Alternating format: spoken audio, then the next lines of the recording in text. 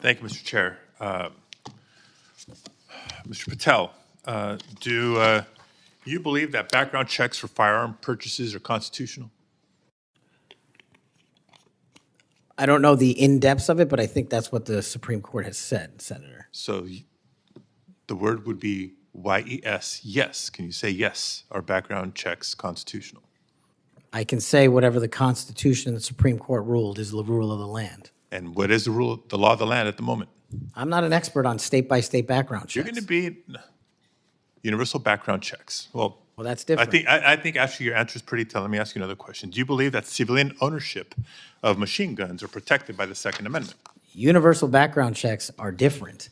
That's not what I you asked you say. a separate question. Do you believe civilian ownership of machine guns is protected by the Second Amendment? Whatever the courts rule in regards to the Second Amendment is what is protected by the Second Amendment. Yet another telling response, colleagues, on another important issue. We've all talked, both sides of the aisle, about our concern about gun violence in America.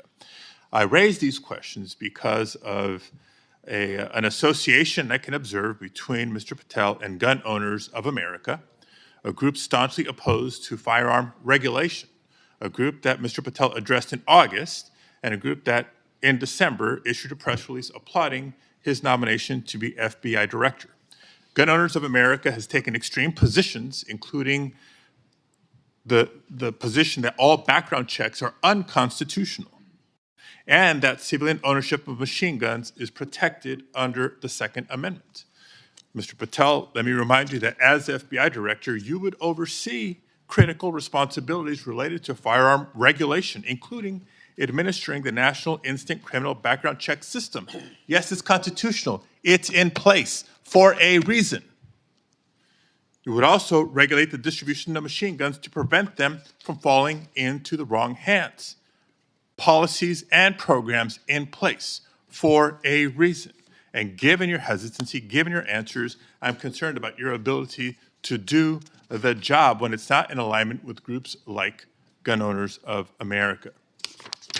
Colleagues, we've been hearing a lot of partial responses and lack of recollections throughout the day, and I can't help but identify the pattern of Mr. Patel calling FBI leadership corrupt, labeling agents as gangsters, accusing them of being part of a criminal deep state conspiracy.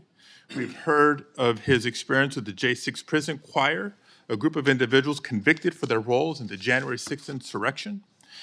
We've heard his false claims that the U.S. had secured airspace permissions during a high-stakes SEAL team hostage rescue mission in Nigeria. I can go on and on. These positions are inconsistent with the role of FBI director, a position that demands independence, professionalism, and unwavering commitment to the rule of law.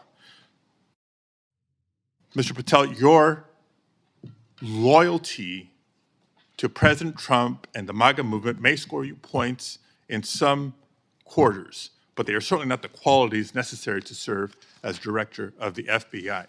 And Mr. Chair, just in closing, I understand while I was out of the room earlier that Senator Tillis raised my name and attributed to a quote, bent the knee as part of my questioning earlier to me.